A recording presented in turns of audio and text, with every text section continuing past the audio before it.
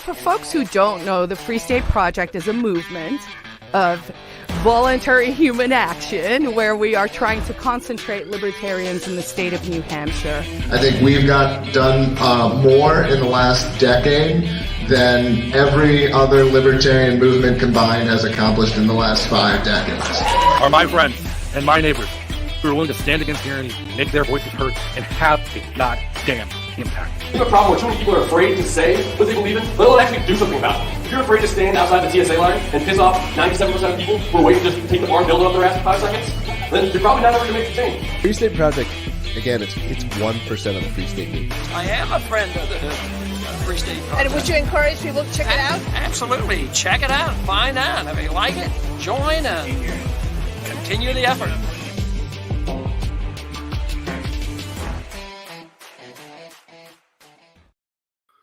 Ladies and gentlemen, boys and girls, libertarians, anarchists, activists, movers, natives, and those on your way. Thanks for tuning in to episode 16 of the Free State Live, where you can learn all about the ways you can live free and thrive in the free state of New Hampshire. But first and foremost, it's time to welcome your host. As always, I'm Justin O'Donnell, host of the O'Donnell for Liberty podcast, former candidate for U.S. Senate, U.S. Congress here in New Hampshire as a libertarian. Joining me, as always, Queen Quill herself, activist extraordinaire, Carla Garrick. How are you, Carla? I am fantastic. Great to see you again. Great to have you as always. And part of the reason we're always late, Manchester Meme Lord, he'll be here when he pops on. Bill Barger is joining us at some point. And joining us special this week, one of our fabulous, famous libertarian doers and volunteers extraordinaire, along with one of the most prolific writers of internet libertarian philosophy, Dennis Pratt. Dennis, thank you for joining us. How are you today? I'm great. I'm so proud of us. We actually started on time. Right, it's the running gag at this point. So. Yeah, I think you will get the lag on Odyssey because I don't know. I feel like we're usually within 10 seconds. We're usually within like 2 minutes. So I'll give Dennis the win. Oh, were you guys late the times I wasn't on? Always, almost. Yeah, see? There's no pressure when you're not here, Carla. Yeah. That's good, actually. I like that. Or usually more finger wagging. The live chat is just complaining about the fact that you're not here. So. We have such a large gambling faction here on just how late will it be, and so almost everyone must have lost their money today. So we were being on our best behavior because we're delighted to have Dennis with us. Dennis, you are a volunteer extraordinaire, a man with big ideas who's been bringing some really, really just awesome energy and excitement and dynamism, if that's a word, to the Free State. So I'm super excited to talk to you tonight about finding your niche. So maybe just for folks back home who do not know you, if you don't know him, you should go read everything he's ever written, which you can or cannot now find on the internet. I don't know what the status is with Quora, so maybe you start there. But then just briefly tell people just kind of where you moved from, when you came, and kind of your just little origin story just to situate folks. Sure, and thank you very much for having me on. I've been really jealous of the amount of fun that you guys have been having out here, and I've been thinking, why have they not invited me on yet? I mean, show number 16? Is this obvious ageism? You don't want some old farts to be on here? Is it You've actually been on my list since episode 3. I'm just going to point that out. Is my lack of manly facial hair? I mean, we have a New Hampshire persona that we're giving out. And is it that I might challenge Bill with the PorkFest rant next year, and alluding to the fact that he didn't really win last year, that I should have won. The judges would argue otherwise, Dennis, I mean, and they will argue again this year. It may be because the Queen Quill wants to save me for PorkFest, or just because I should be writing another political paper as opposed to having fun with you. But then, I finally figured it out. Guys. I have so much fun here in the Free State doing all these liberty things. You don't want me to tell people about it. And thus, it would explode the market. The market's already so hot here. And now we're just going to explode it up. So I'm afraid that, you had to have 15 shows to kind of ease down the flames and stuff. And now we're going to go, baby. We had 15 shows to prepare the world for Dennis Pratt. So that's what we've been doing. I think it's actually a great lead-in, Dennis, because the honest answer here is you've been on my list of people I wanted to invite on the show since episode 3. Because after we did the 3rd episode, we started working together about lists of subjects we wanted to cover first, and then who to invite to cover those subjects. And the problem was we had your name next to almost every subject as someone to bring on, and it was well, which one do we bring Dennis on for, because he does everything. And I really think that's why this subject is really the best to have you on here, because you do everything. And for those of you watching, for those of you who aren't aware, the stated goal of the Free State Project is to move 20,000 libertarians to New Hampshire to make it the freest state in not just the country, but the world. But that doesn't happen just by moving people here. Once they move, what next? And Dennis, when you moved, how did you find your niche? Let's get the Sparks notes on this story, because I know if I let you go, you'll give us an hour and a half of content. I'm just going to sit back and enjoy the ride. Well, it's so hard to explain to people what it is that we're doing here, because what we're doing in the Free State is so unique. And they see the Free State Project as the first thing that's obvious. And they go, oh, well, the Free State Project controls everything. So what does the Free State Project think about X? Or what's the Free State Project doing about Y? And they're just not understanding what it is that we're doing here. The Free State Project is really just an advertising campaign sending out that bat signal, that pork signal out to the world saying, if you love liberty, come here. Come here to this one place. We're going to concentrate liberty lovers. You don't have to be surrounded by authoritarians. You don't have to be isolated. You don't have to feel besieged. You can actually be around your brothers and sisters. And we're all doing liberty. Now, but once you get here, what is it that you're going to do? And so a lot of people get here. They go, okay, Free State Project, tell me what you're going to do. And, poor Carla and Jeremy and the handful of people who actually are the FSP, literally the FSP, they go, we're too busy advertising. I don't know what you're talking about. Just do something, would you? So, I came here and I also had that thing of, okay, what am I going to do? I had been working on really just one liberty project while I was doing everything else. I was writing on Quora, and I was the #1 writer for about 4 years on Quora. And I wrote 1,800 essays about libertarianism. So if you ever want to learn about libertarianism, or you have a question about libertarianism, I've got an essay for you. He really does. And you haven't published it as a book yet either. That's a good idea. That's one of my projects. It's one of the projects. I know about that one. He used to be in my writing group. Well, and I came here and I was like, okay, what is it that I might do, and what might I not do? And I was thinking, I'll pick one project or something like that. And so I one of the first things I did was I got in the car and I said, I am not going to make distance a factor. So if you look at our calendar, the FSP calendar, where we all the porcupines put their generally open to everybody events on the FSP.org calendar. Great resource, by the way. And I would just pick every day. I picked, okay, I'm going to go here. I'm going to go there. And some of the trips were 2 hours up to North Country, but a lot of times I was heading over to Manchester or down south to Exeter. And I was looking for my niches. Where can I actually fit in? And I had some ideas when I first came in. I said, okay, I love this one organization, because I'd come here a lot and I knew about this one organization. And I went to their board meeting, and they were complaining about revenues and they were complaining about membership. And I said, oh, I can do something about that. And so and they were very excited because I promised them the world, and I'm pretty sure I could have beaten my promises because that's generally what I do.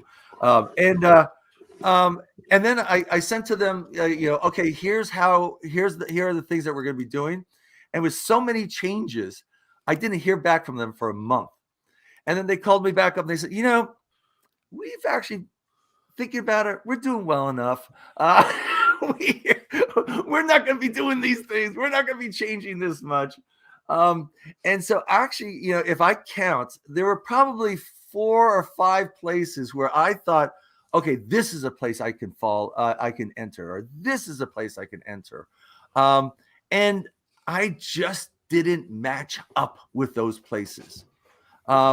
And a lot of it is because, the porcupines who are coming, who are already here, they're busy doing their own thing. And I'm kind of more of a, I know how to do something much bigger. And so they're like, whoa, I don't think we're going to, that's not really what we want to do here, folks. So it took me a while to find a place where I could fit into and expand that pie. And people wouldn't flip out too much. I mean, I think I caused poor Carla some heart attacks with PorkFest last year. But and I also needed to find places where I could actually enter that was tabula rasa, that was a clear slate for me to go in and create something that was uniquely what I could do and what I felt comfortable with. And that's really difficult. I talked to Carla, I think in October and November. I called her up. I said, Carla, what am I going to do here? Before I came here, I was working on one project. I now have literally 26 projects that I'm working on. And what do? So Carla, she does the virtual arm across the shoulders and tells me about, burnouts that she's seen in the past. Look, I'm just saying, I've been doing this a long time. And so, liberty it's a lifestyle. I mean, it certainly is a lifestyle here in New Hampshire, right? This is our choice. This is how we're choosing to live our lives.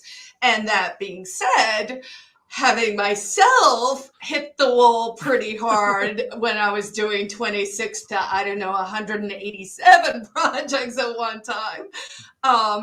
It's a marathon. It's not a sprint, but you have so much energy and, you have a lot of experience. So I'm going to assume you understand and know how to use your time. I did want to say one thing is, there were the early comers, and I think you make a cogent point there, Dennis, in the sense that sometimes people want to join in and maybe just support an organization that's already started.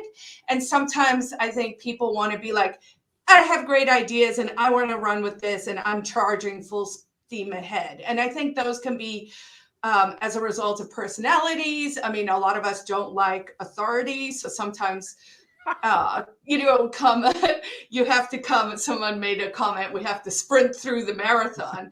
So of course, early movers did do things like build out the NHLA, that looks at the bills, or there's a lot of school choice movement. Your kid is grown, but a lot of the families with the mommies, so there's a lot of school choice. There's market days that have been started. Obviously, a lot of people end up running for office. We have folks who volunteer all over the place. And then, we even have an outdoor club. I mean, I was amazed. We had a big ladies Valentine thing yesterday, and there were probably, 25, 30 of us. It was called Galentine's, which I think is from Parks and Rec, and it's like a special silly thing. We did not burn any effigies or voodoo. So all of you boys, rest assured, it's all good. But at the same time, there was another new mover who went and they did a snowshoeing hike. And I was shocked. I saw the photo for that, and there were 12 or 15 people at the same time. So the beauty of it, of course, is some people have come and they've sort of started things, and people can come and support. And I encourage that as a good way to get your feet wet. Or better yet, if you're someone like Dennis, you come in, you try things out, you're like, this doesn't really work for me, or I have a different style, or I have a bigger vision, or whatever it is. And then you take and run with that. So one of the ones I'm really fascinated about is, can you tell folks a little bit about the Inn? Yes. So definitely I've been working on a lot of different projects, and generally what I'm doing is finding holes that are there, and people say, why doesn't the Free State do this? And you know who the Free State is? It's just we. It's you. It's us. Yep.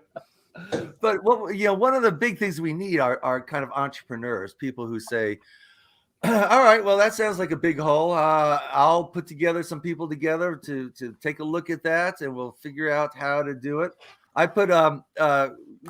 We've had such a problem with just housing for prospective movers who come here just to find out what's going on here, and the real estate agents have been saying, oh, we can't figure out how to house these people, and we don't know where to put them. Another big hole that we've had that people complain about is New England food is not the zestiest food, let's put it that way.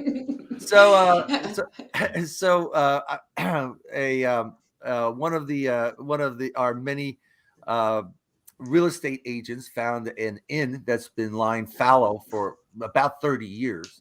It's really, that's not a good sales pitch. I would lead differently there. Well, what it's worth. 30 years sounds like mold to me. Dennis said that he was looking for a carte blanche. Right. And 30 years untouched sounds like a carte blanche. Yeah, fair enough. So I put a coalition together, about 6 or 7, 8 porcupines. All people who know each other, good friends. We've been hanging out at our community center together. We know each other. We've been doing other things together, and each of us has expertise in various areas. And so I put the coalition together. And we've been looking at this, at taking over this inn and actually opening it up. It's got a formal kitchen. We have a chef. We're going to put out, a little bit more than New England food, but it will be farm to table. So it will be using local foods and stuff. We have 6 rooms, and it's right in the center of basically your equidistance to Lakes Region, to the Moose Mountain, the Milton and Rochester area, to the Seacoast, to Epping, down south, and to Concord. So it's kind of in this perfect place where prospective movers can come in. They can stay. They'll be with free staters. We're going to have like a Liberty Tavern and other things that are kind of liberty oriented, and then they can venture out and explore the various regions and see kind of where they want to live. So that's been consuming, 1/30 of my time. You said the word Concord, so I want to ask Bill, as he is our local expert. Bill, can you hear me? Oh yeah. Yes. How do you say the capital of New Hampshire's name? Concord. Like I came, I saw, I conquered. Concord. See, man, I wanted to That's use what the Free that Staters did so badly when with the Bearcat stuff back in 2013. I had the press release written, and it said, "I came, I saw, I conquered" for the Bearcat, and then we lost the vote, and I was like, "Damn it!" Oh no, I think that's great. I think that's how people should be saying it. I'm not gonna go correct everybody, but yeah, I say conquered. Yeah, Did and I it just say sounds Concord?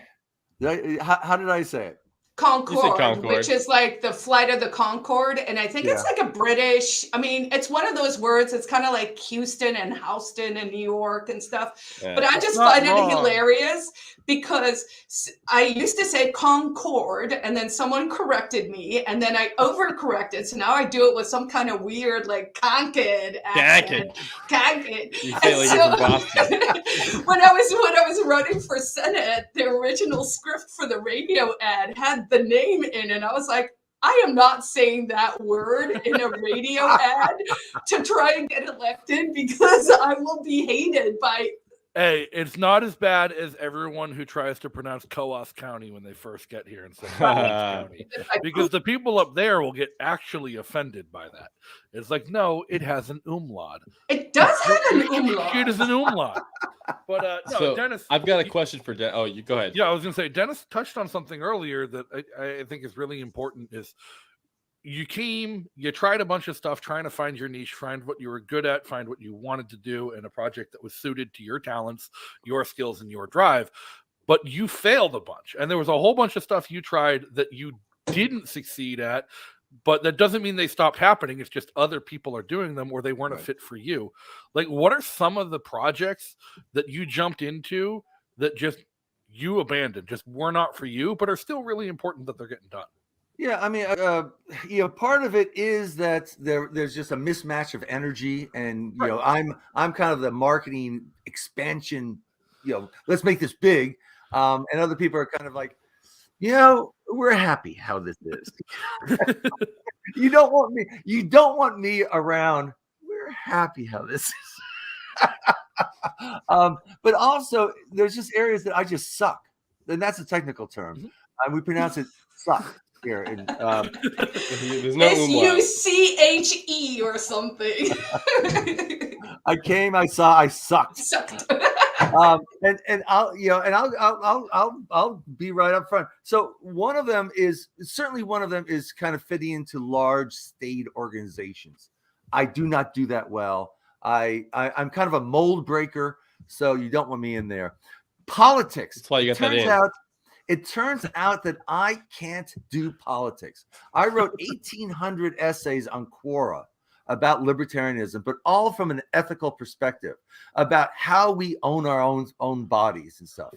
And I came here, and we have so many people who are doing so many different things around politics, and I just look at them, and I tried for 3 years to do things, and I would just get so upset.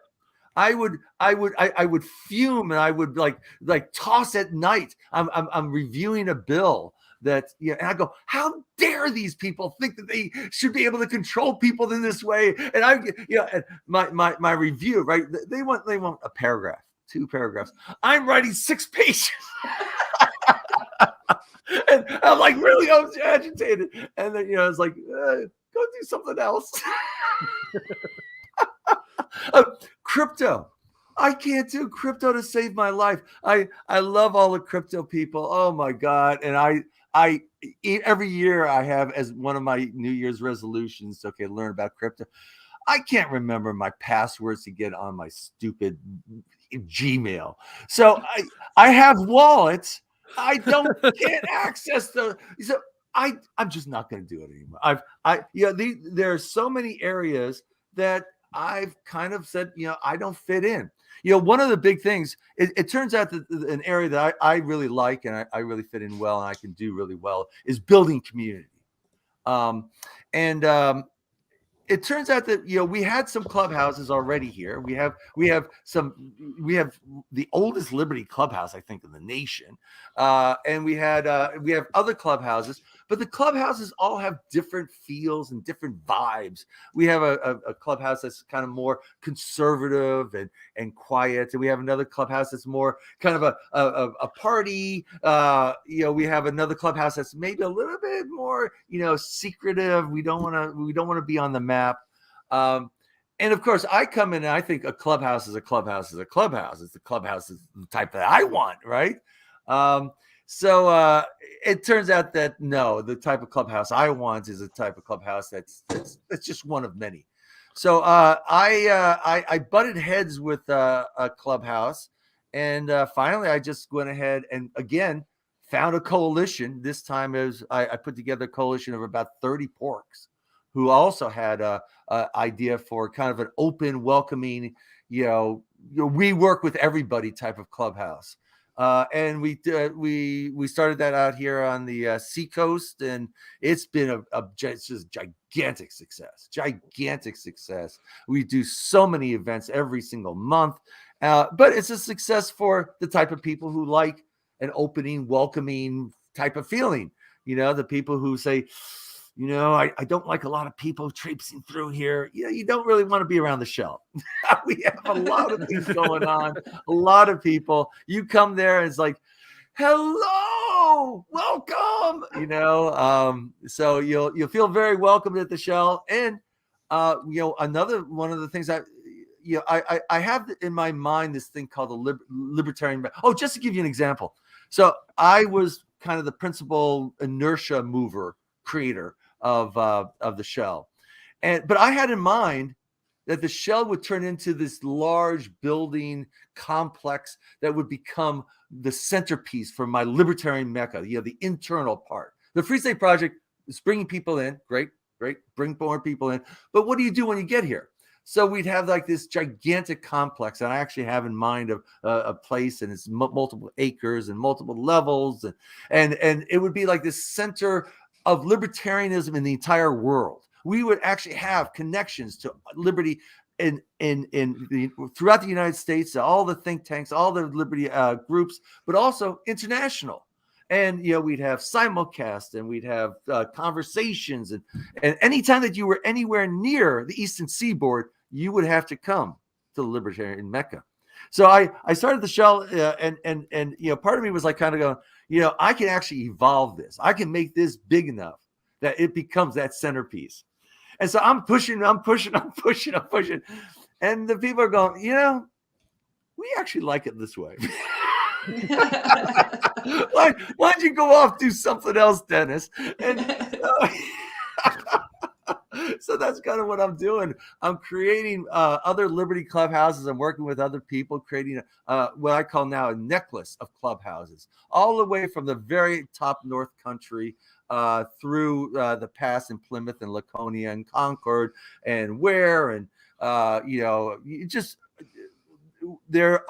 have this map of how we're going to cover the entire North New Hampshire, so that when you come here eventually, you'll have a clubhouse within 30 minutes. And so if you love that type of community and you want to help build it, come. I've got some projects for you.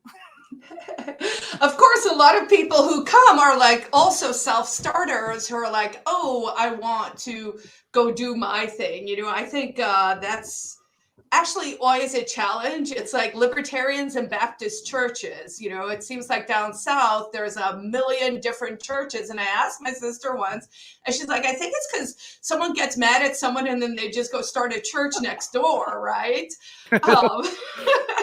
So I think because we're so strongly individualist, that is something that one has to think about and work on. We are a large community at this stage, and we're a large community of very strong individuals. And so it becomes really interesting to see how we navigate when you do work with an organization and kind of figure out those steps. And when you say, okay, I've got to go do this thing because my vision is my vision and I want to go build that. I've got a question for Dennis. You got all these projects you're juggling. How long did it take you to get settled in? So how long have you been here, and how long did it take you to get settled in and like have more stuff to handle, or more stuff to do than you can handle with your few amount of time? Yeah, a lot of people come here and they want to kind of get settled and they want to see the lay of the land, and I wasn't like that at all. I mentioned that I went to an event a day. So I just drove everywhere. And my goal was to find out who the players are and what they're doing, what they're creating. And, is there something here that I can help with? Is there something here I can help with? And, there's so many areas of politics, agorism, schooling, building parallel institutions, housing, new businesses that are starting up in the community area that I find myself often playing in. And it just so many people doing so many things. We talked a little bit about movers, but some of our best people are people like Bill, natives. Yep. And they see they see this like energy and people going, yeah, do you know, natives, you live in the number one freest state in the union? Do you know that? And then all of a sudden they go, hell yeah. And we go, and we want more of this. Hell yeah. And so we get people like Bill coming in and all guns ablaze. But I just passed my third anniversary here. 3 years. So it takes you, if you're really, really intent, it takes you about 3 years to build as deep a hole as I found myself in. Well, I just want to show something to everybody, because to illustrate what Dennis is saying here, let me bring this up. Here's the calendar that Dennis is talking about. And if you just go to fsp.org/calendar, there is literally not just an event every day. Sometimes there's 8 to 10 events on a given day. Yep. All over the place, all over the state. And so, Bill, your question, how long does it take to get overwhelmed once you move here? Well, how long do you want to wait? Right. You can get overwhelmed the day you get here, like Dennis did. I'm right on this calendar. Well, Carol, my wife, was so upset about this Galentine's. Was that what you called it, Carol? Galentine's. Yeah. I guess, there's this whole fear of missing out, and there's so many fun things going on here. It was so sad when I was in Massachusetts, because I was, I only did things virtually. I was writing these essays virtually, and of course I had a lovely virtual community, and we did a lot of things together, but virtually. And I felt so isolated because I was totally surrounded by authoritarians. I'd go out to gatherings and parties and talk about the things I was excited about, and they look at me like I'm an alien, Whereas here, as strange as I am, I actually fit in. There's so many people here, and I don't fit in with everyone. But there are some people who absolutely hate my guts, and I just don't understand why, because I'm such a sweetheart. but it's okay, because we have so many different people, and there's so many different niches that you can fit into, that I just am so shocked. It's like a child in a candy shop. And I've been a libertarian for 40 years. I've lived in authoritarian state after authoritarian state after authoritarian state. And I don't know how much time I have. I have kind of a ticking clock going on with me. So I'm a little bit, I'm doing a lot, but there's also kind of I want to actually get something done. I feel like I've wasted so much of my life stuck in authoritarian states, not advancing the thing that matters the most to me, which is human freedom. Removing the chains that we have that tie us down to rulers. It's tied us down for 6,000 years. And I want to remove those. I want, on my deathbed, I want to say, hey, I actually made an advance here. I actually put a dent in here. So, you better say liberty, give me liberty, or give me death on your deathbed, because come on. So, I mean, you've done so much, Dennis, in just a short amount of time that you've been here, and you're not slowing down. You're still doing stuff, and it's an inspiration and encouragement for everyone else to get involved and do these things. And I think that's the really biggest and most important part, is that you've done what you found you're successful at. You've found things that other people have failed at, and found a way to be successful at them, to the point where you keep doing them again year after year now. And I do know you're currently working on a few things that we haven't touched on yet, and that we haven't touched on even yet. You have coming up an event, real short, around the corner, I think, specifically geared towards people who don't live here yet. Tell us about the bus tour. Yeah, so I saw a note there talking a little bit about PorkFest, and we'll chat a little bit about that. But I don't want to. I mean, that's just one project, and it's the largest Liberty Festival, and that's one project that I'm working on.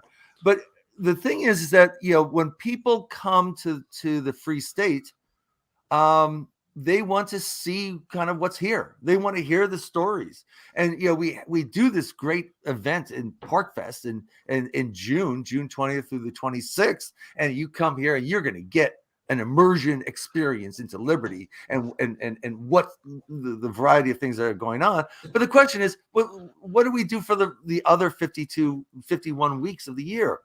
So I started something called Free State Tours. Again, this is another coalition I brought together of about 5 people. And what we're doing is we're doing guided bus tours of the state. Now, when I say tours, that's plural. That may be a little. We did our first one in December. And we did the Seacoast. It's about a 6-hour tour that goes into the history and politics, the different community, the housing, the jobs, and just all the different aspects. As we're going, you're seeing different things. Did you write the tour, Dennis? Yeah, I designed the entire tour. Oh, very cool. I mean, I would take it just for that, because I bet that's a really interesting perspective of learning about the history. I heard it was a hit. It's like the Free State version of the duck boat tours. Exactly. Each person has expertise in areas, and I force them into 4 to 5 minute segments, so that it's like boom, boom, boom, boom, and it's just so much information. And people, the Seacoast bus tour was about half prospect, self-identified prospective. They're thinking about moving. 25% said that they were curious about the Free State, but they're not really ready to move or anything like that. And then, the other 25% were recent movers, people who wanted to just kind of get an idea, or there was even one person who was a remover. They had moved away, and they came back and they said, I can't believe what's happening here. You've got to tell me what's happening here. And by the end, the people who were on that trip, they were just like, holy cow, I never had an idea about what it is that you guys are doing here. I want to be part of it. And that's really what we want. We want to excite people with this. If you're really a Liberty lover, you've got to come out here. Now you can come out here and contact the Free State Project office, and they'll help you. They'll introduce you to a few people. You can go to a few events. And if you're really, really a good extrovert, you can do a lot of the stuff that we do for you in this guided tour. But if you want the guided tour, we're going to hold your hand. We're going to take you through this, the things that you really ought to know, and you're going to have this gigantic jump. So the next one. So we've only done one. Reviews are fantastic. One person even wrote that they actually had tears in their eyes about what it is that they're doing. And I have to tell you, as somebody who comes from authoritarian states, I understand that, to actually be in a place where you're not the alien, where the things that motivate you the most, human freedom, the values that you hold the most dear, are not seen as some sort of horrible, terrible thing. They're actually seen as gifts, that these are gifts that we're giving to humanity. So I understand that emotion. But our second tour is coming up. It's March 4th. I highly recommend, if you're from out of state, especially, please, we have a few tickets left. Grab those tickets. It starts at 9 a.m. In Manchester. And we're going to take you through around Manchester. We're going to talk about politics. We're going to show you community centers. We're going to show you old community centers, current community centers, opening community centers, and someday maybe community centers. We're going to give you history. We're going to give you, we'll talk about crypto and guns and all the different types of things that you need to know. We're even going to do a statehouse tour.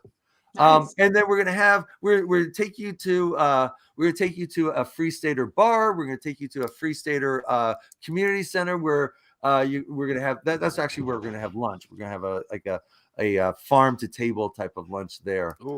Separate price, but you can bring your own stuff.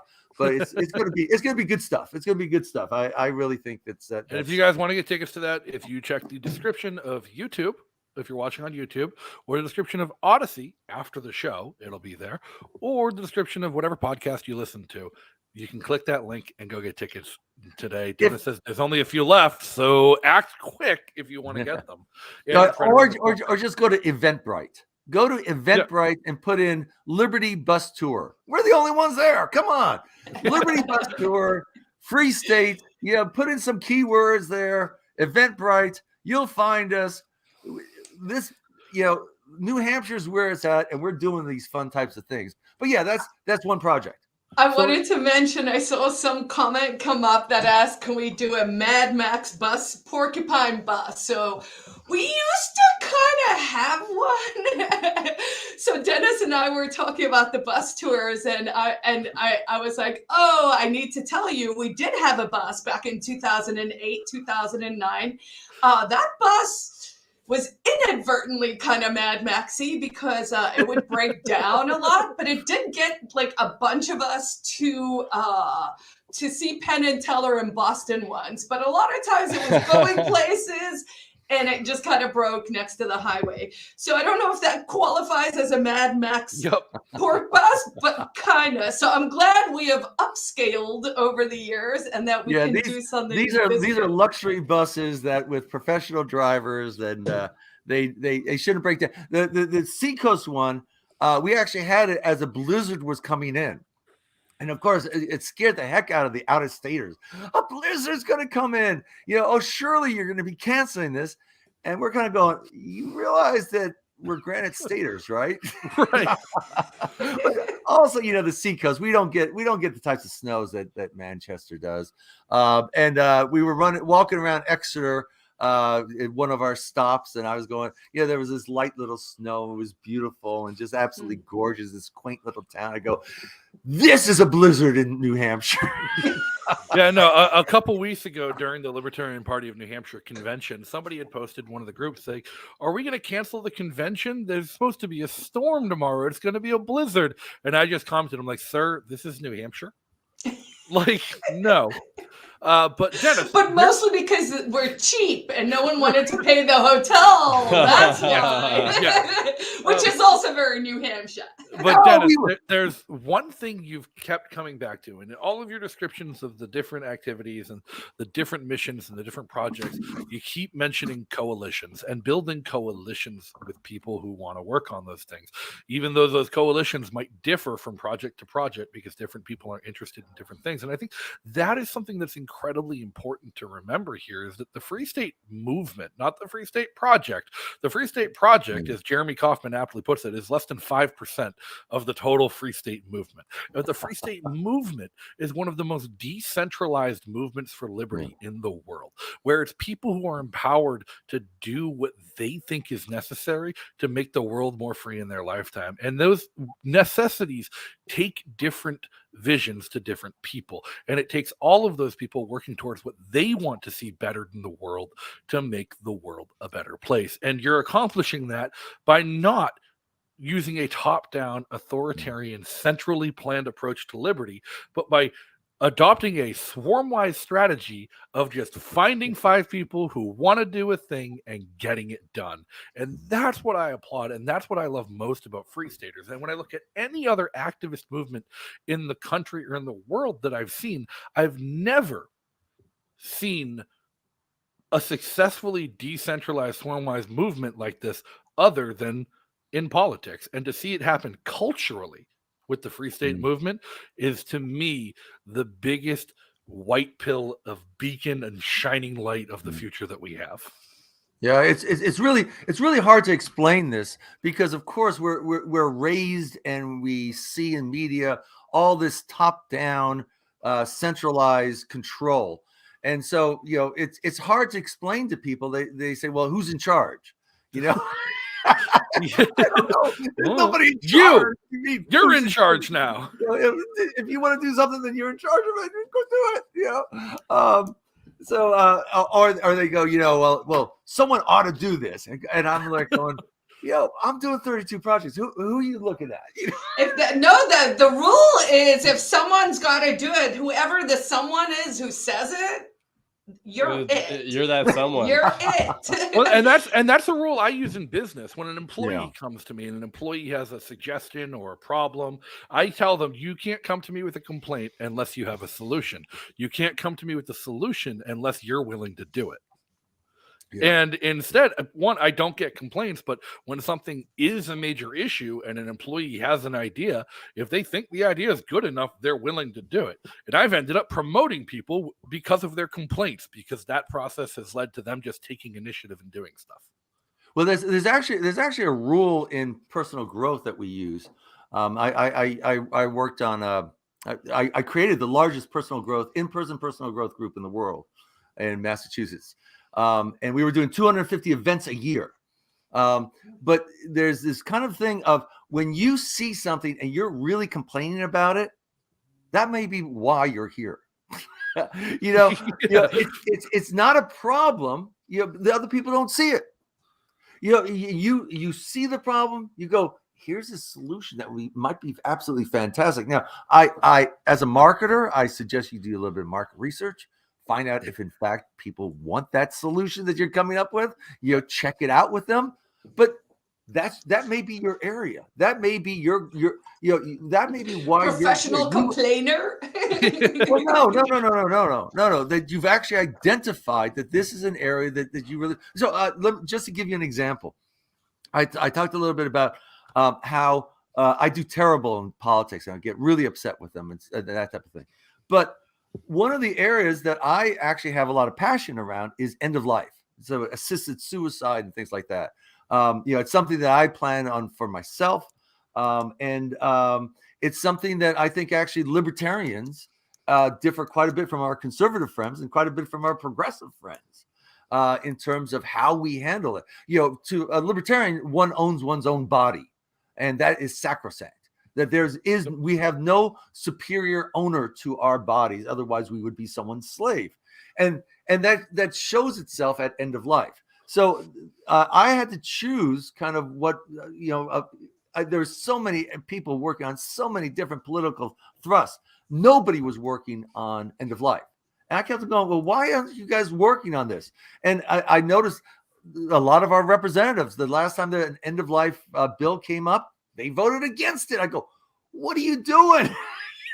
This is like core to who we are. So I've actually made that last year. I banded together, made a coalition with some progressives.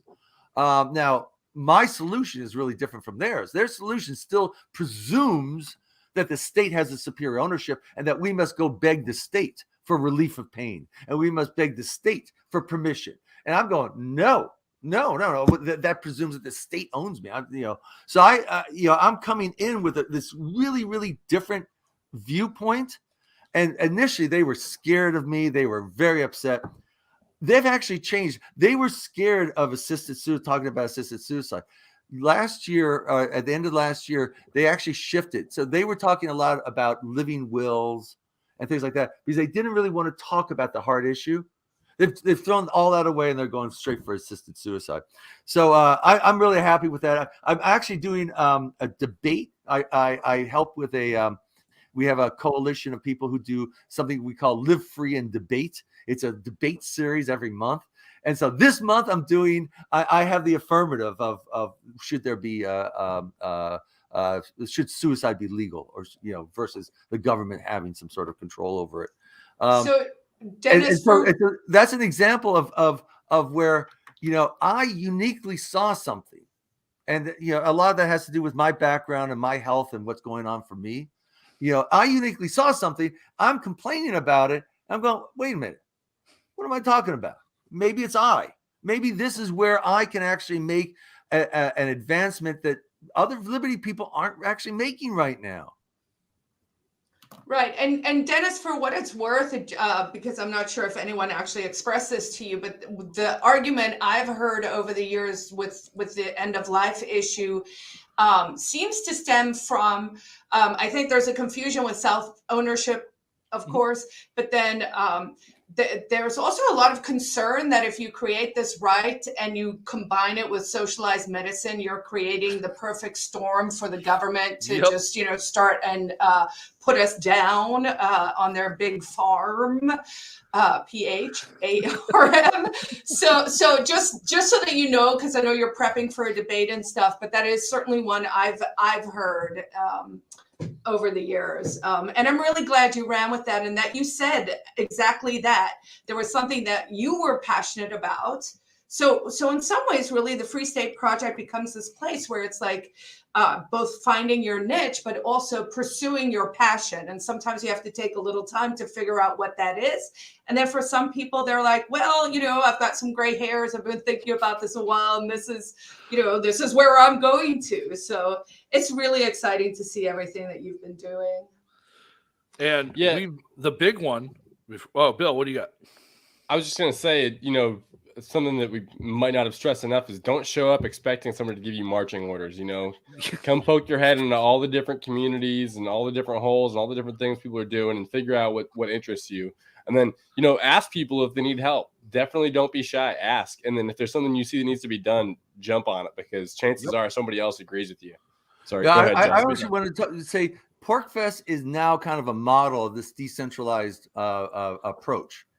Dennis is jumping my scheduling here. I was going to say, Dennis, the last big thing we want to touch on before the end of our allotted time, and we've had some questions about. Mark Warden wants to hear about that awesome Porcupine Freedom Festival in 2022.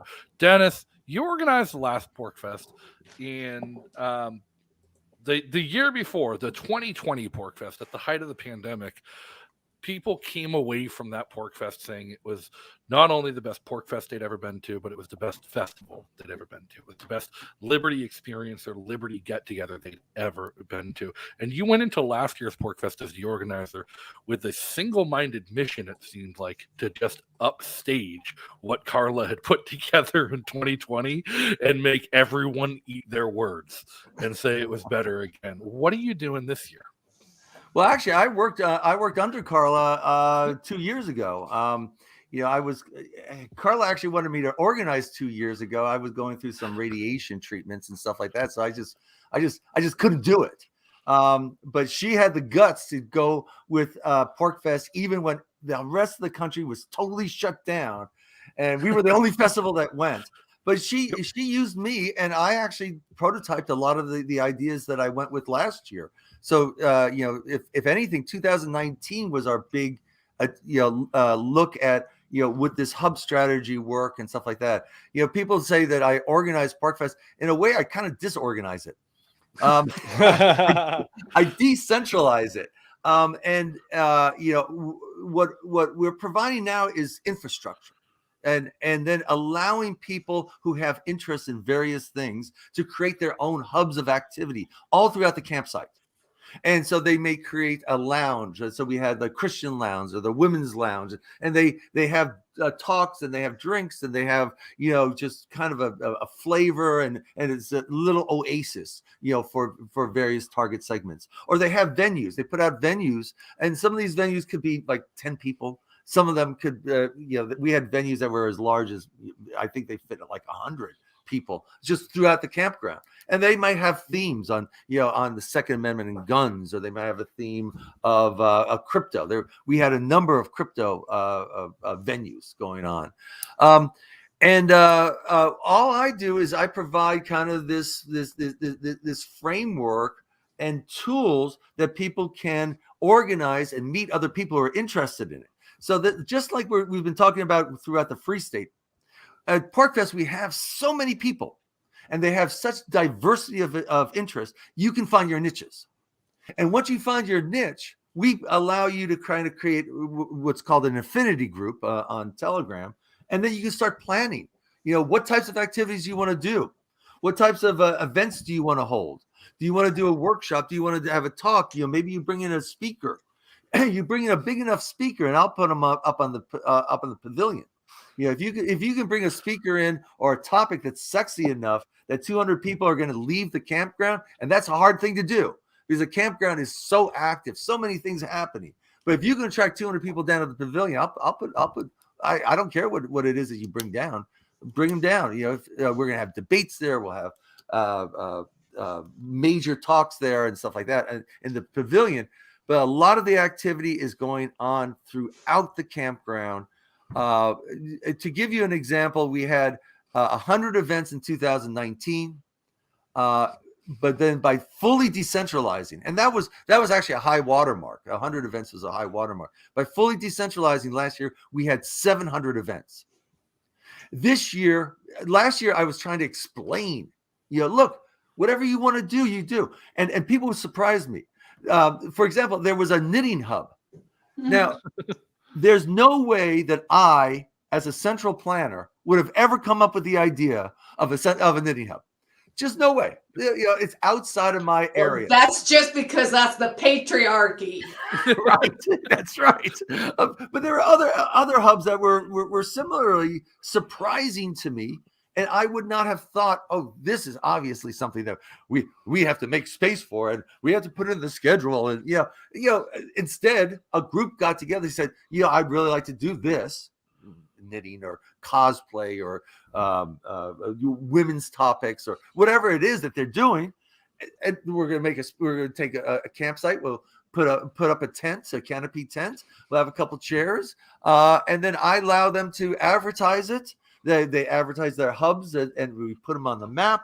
They advertise their events, and they're on the schedule. And all of a sudden, we jump sevenfold, right? We jump from 100 events where we were working so hard to put on 100, and now we have 700. This year, we're going to beat that. This year, we'll beat that. We'll have more hubs and more events going on throughout, because people now have the idea about what it's like and how, whatever their interest is, they can do something around that. If it's vending or providing a service, or they want to do talks, or they want to do, and a lot of these hubs actually have, I make them declare themselves either as a venue that puts on events, or a lounge that you can kind of hang out in. It's more of a feeling. They'll have some music, and you can chit chat and that type of thing. Or vendors. We have service vendors. We have product vendors and food vendors, a lot of food vendors. But a lot of these hubs are now kind of morphing into, they're a little bit of a food vendor. They have a bunch of events, but it's mostly a lounge, so it's a lot of fun. A lot of the venues last year that were so successful, they're coming back and they're doubling in size or tripling in size. And they're going to be doing, I know one that I loved last year was the center of activity. It was a lounge. And now they're going to go ahead and do a venue right next to themselves. So they'll have a venue where they'll have events and talks and discussions and panels and circles and that type of stuff. And then they'll also have kind of a place where people can hang out, chit chat and talk. And it's going to be great. It's going to be great. Yeah. Just so you know, we're almost sold out. We had to jack up the price in beginning of January. I should have done it earlier, but I'd given my promise not to have done that. But then almost 3 weeks later, we were at 75% sold out. And the crazy part about that is, right away, historically, we didn't even start selling PorkFest tickets until Liberty Forum. Liberty Forum every year used to be when you got your early bird tickets, and was the earliest you could get them. And we're on pace now to sell out PorkFest before Liberty Forum even happens. Yeah, I could have sold this out already. I could have sold this out already. But what we want to do is we want the out-of-staters to come. If you're really liberty oriented, if you love liberty, if you're feeling like, I'd actually like to be part of a movement that creates liberty in the world, that's something that I would be proud of to have on my tombstone. There's only one place to be. And that's in New Hampshire. That's creating the free state.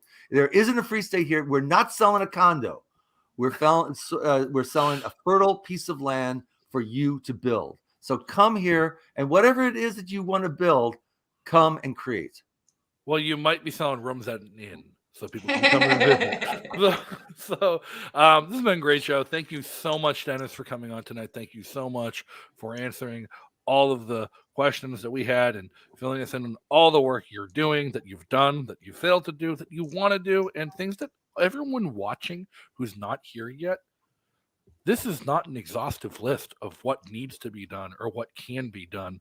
And just because Dennis tried everything he could find doesn't mean he found everything. So there's still plenty of work to do. And only way it gets done is if you pick up your bags, move to New Hampshire, and help us get it done. Come.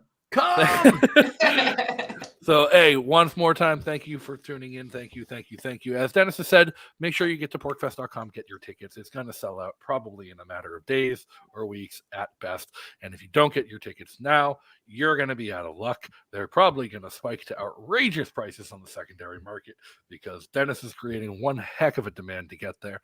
If you want to come and visit New Hampshire, check out the calendar. Find events when you're visiting. Get in touch with people who are going to help you. Get in touch with your future neighbors and how you can get moved in and settled into your community and find where you're moving forward. If you're planning on your move, because I know a lot of you watching are planning your move and you're on your way, and we cannot wait for you to get here, make sure you get in touch with us at fsp.org/welcome wagon, and Chris will set you up with a moving party. She'll get your neighbors to come help unpack your U-Haul, get you moved in.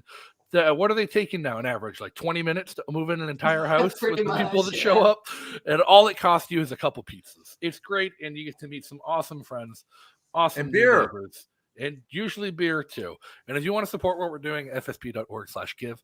If you set up a monthly contribution, you get access to a special signal group with all the patrons of the Free State Project. And we spend your money efficiently because we're looking for more things to do with it, because there's always more to do.